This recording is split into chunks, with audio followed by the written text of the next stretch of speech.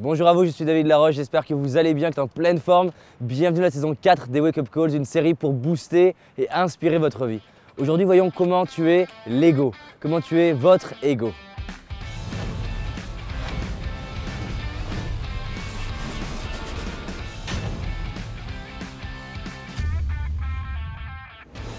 Dans beaucoup de séminaires que j'organise, on me pose la question, David, comment on fait pour ne plus avoir d'ego, l'arrêter, pour ne plus l'entendre, pour le détruire, pour l'exterminer?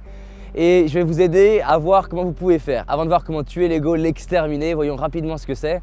Donc l'ego finalement, c'est une partie de votre identité, de ce que vous croyez être. Et c'est à chaque fois que vous vous identifiez à quelque chose. Par exemple, identifier à une possession, à une personne, à une idée, à une culture ou quoi que ce soit. Ça, c'est l'ego qui se crée et qui finalement va me permettre de me protéger. Alors pourquoi il y a beaucoup de personnes qui finalement veulent absolument tuer l'ego? C'est que dès lors qu'on est en train de se comparer, en train de se mettre au-dessus ou se mettre en dessous, ou dès leur que par exemple on va vouloir argumenter, absolument montrer qu'on a raison ou qu'on existe ou qu'on est quelqu'un, montrer qu'on a plus de connaissances, montrer que je sais pas, qu'on veut garder la face. À chaque fois qu'on a des comportements où on va avoir tendance à vouloir se mettre au-dessus ou s'exagérer ou survivre, on va avoir tendance à mobiliser une partie de notre ego.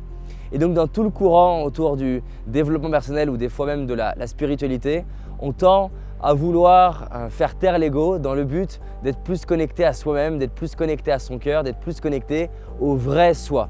Simplement, il est important de comprendre, et ça va être ma première clé, que seul l'ego veut tuer l'ego.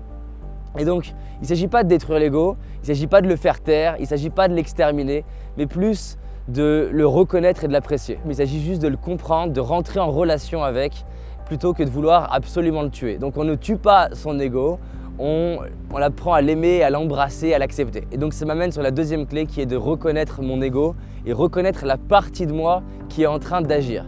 De réaliser par exemple quand je vais être en train de absolument vouloir montrer que j'ai raison, qu'il y a deux parties de moi. La partie de moi qui veut survivre et qui veut exister et qui quelque part se sent inexistant et veut absolument via des stratégies, via une communication, via une façon d'interagir avec les autres, montrer j'existe, j'existe, j'existe. Et une autre partie de moi qui est beaucoup plus calme, sereine, dans le cœur, détendue et qui finalement est en paix avec tout ce qui se joue. Et le fait de reconnaître la partie en moi qui est mon ego, ça va me permettre de me désidentifier de ce qui est mon ego. Et ça m'amène sur cette troisième clé qui est de me désidentifier de mes pensées. Beaucoup de personnes s'attachent à leurs pensées, s'attachent à ce qu'ils pensent, à la conversation qu'ils ont à l'intérieur. Mais il faut imaginer que c'est comme si vos pensées c'était des stations radio. Et donc les radios qui sont émises autour de moi ne m'appartiennent pas. Ce qui m'appartient, c'est sur quelle radio je me connecte. Est-ce que je me mets sur radio énergie ou radio nostalgie? Et donc, en fonction de ce sur quoi je me tune, je ne vais pas recevoir les mêmes choses. Mais ça ne m'appartient pas. Et donc de comprendre que toutes les pensées qui traversent mon esprit ne sont pas des pensées qui m'appartiennent en soi. Je ne suis pas obligé de leur accorder de l'importance ou de les faire grossir. Et d'ailleurs, tout ce sur quoi je porte mon attention se développe.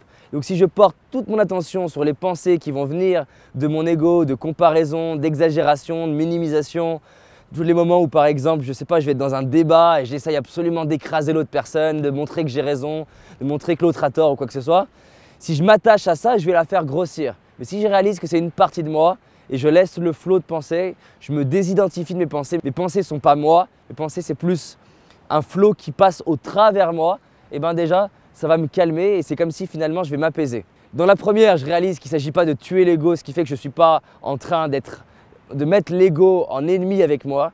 Dans la deuxième, je le comprends, je le reconnais, je m'apaise, je rentre en relation avec mon ego, ce qui fait que au lieu de pareil d'être en tension l'ennemi en me disant il ne faut pas que je sois dans l'ego, il ne faut pas que je sois agressif, il ne faut pas que j'essaye d'argumenter, je reconnais juste, tiens, il y a une partie de moi qui essaye d'argumenter, il y a une partie de moi qui essaye de prendre le dessus, il y a une partie de moi qui essaye d'absolument exister en montrant que j'ai des marques, en montrant que j'existe, en montrant que j'ai telle compétence, telle connaissance et que les autres n'ont pas.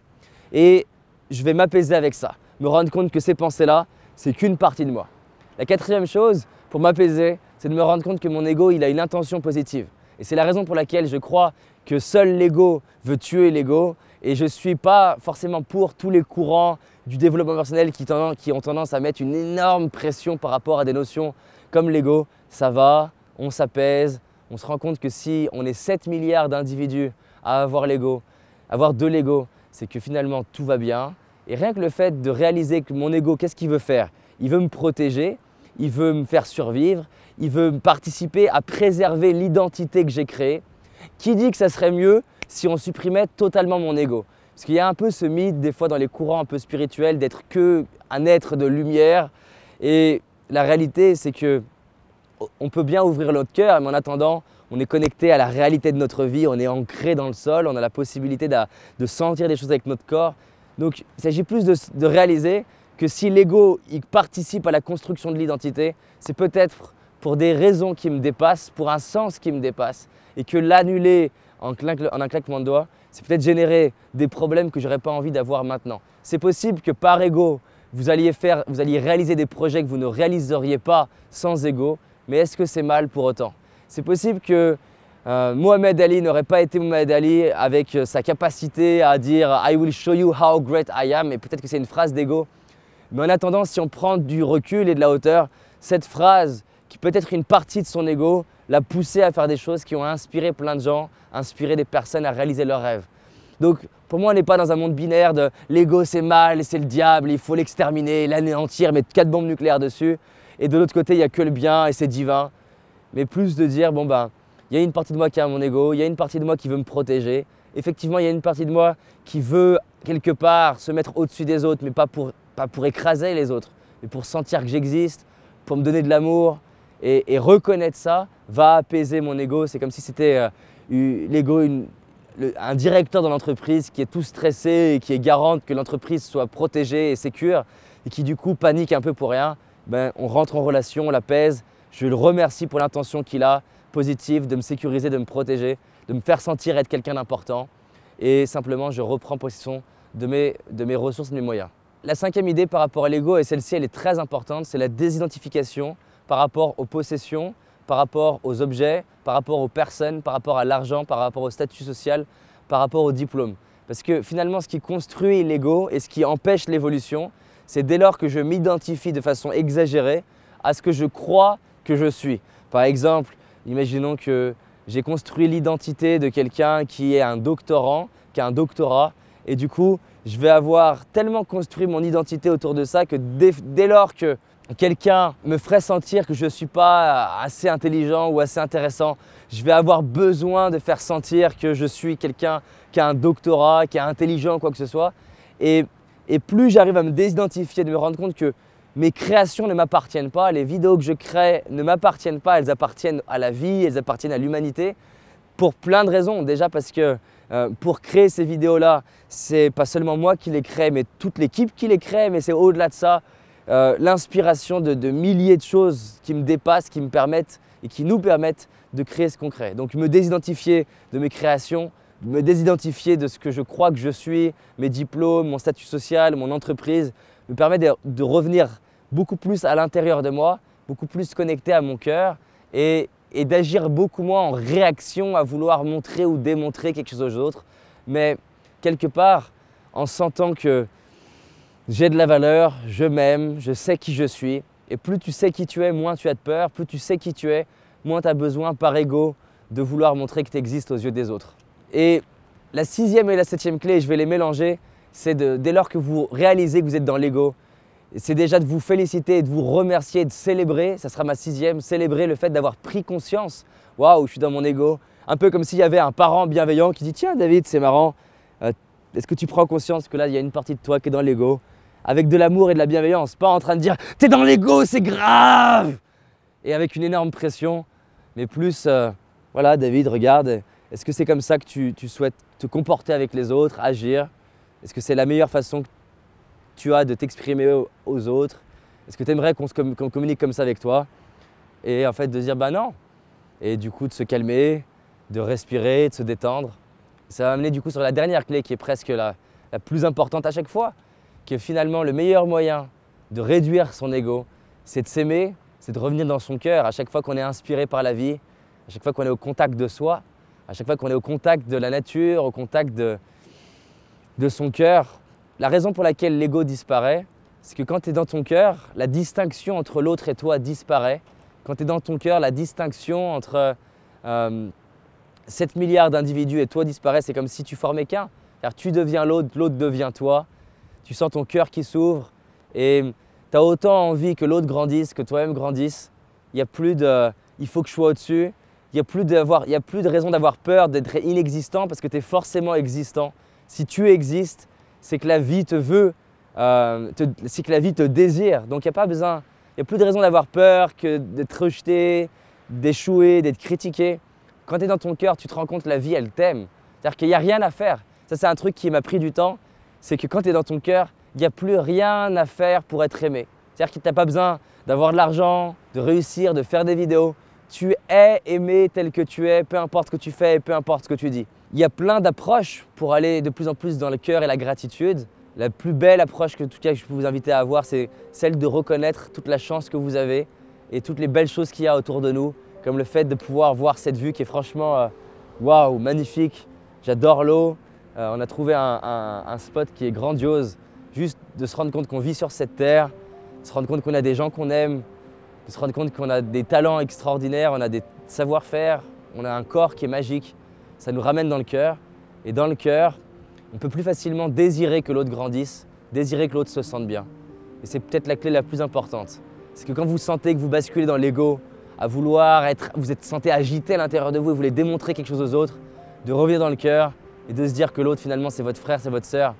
J'adore cette idée que chacune des cellules de mon corps sont autonomes et forment mon corps.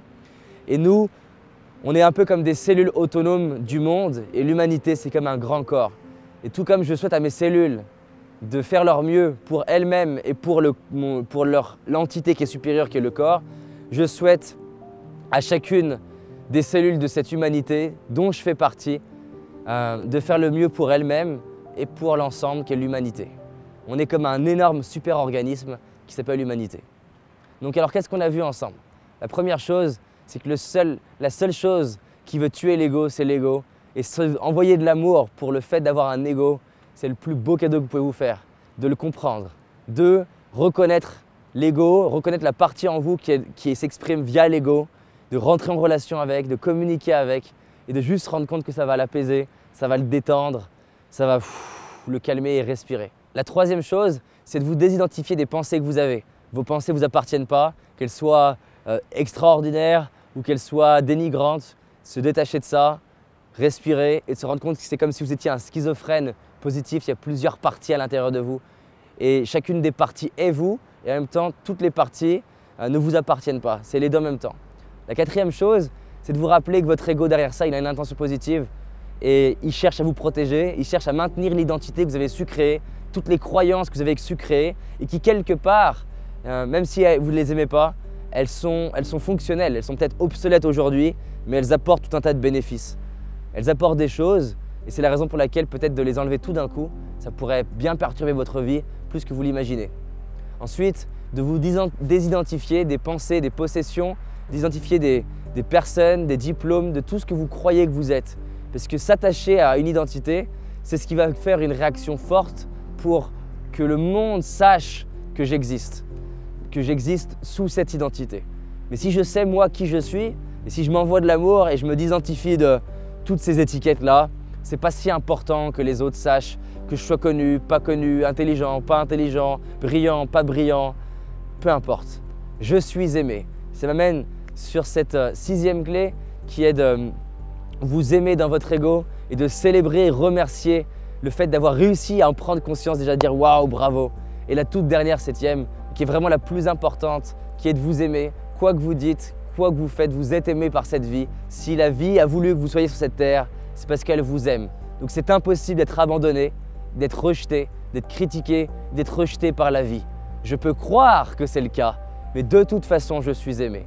Donc ça ne sert à rien de chercher à être quelqu'un d'autre ou de vouloir faire croire à qui que ce soit quelque chose, parce que de toute façon, je suis aimé tel que je suis. Donc voilà, c'est un sujet que je n'avais pas abordé encore aujourd'hui. C'est fascinant, mais mon propos derrière tout ça, c'est d'envoyer beaucoup de bienveillance, parce qu'il y a beaucoup de pression autour de l'ego de « il faut que je le détruise, il faut que j'extermine mon putain d'ego ». Non, ça va aller. Donc voilà, si vous avez aimé cette vidéo, je vous invite à la partager, à la diffuser autour de vous.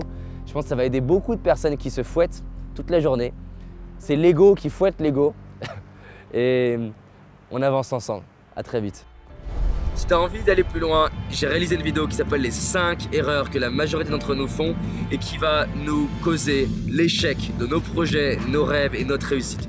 Une seule de ces 5 erreurs va t'empêcher littéralement de réussir et d'être pleinement heureux. Clique sur le lien dans la description, va voir la vidéo, c'est un indispensable. Je te dis à très vite, on avance ensemble. Cette année, c'est notre année. C'est parti.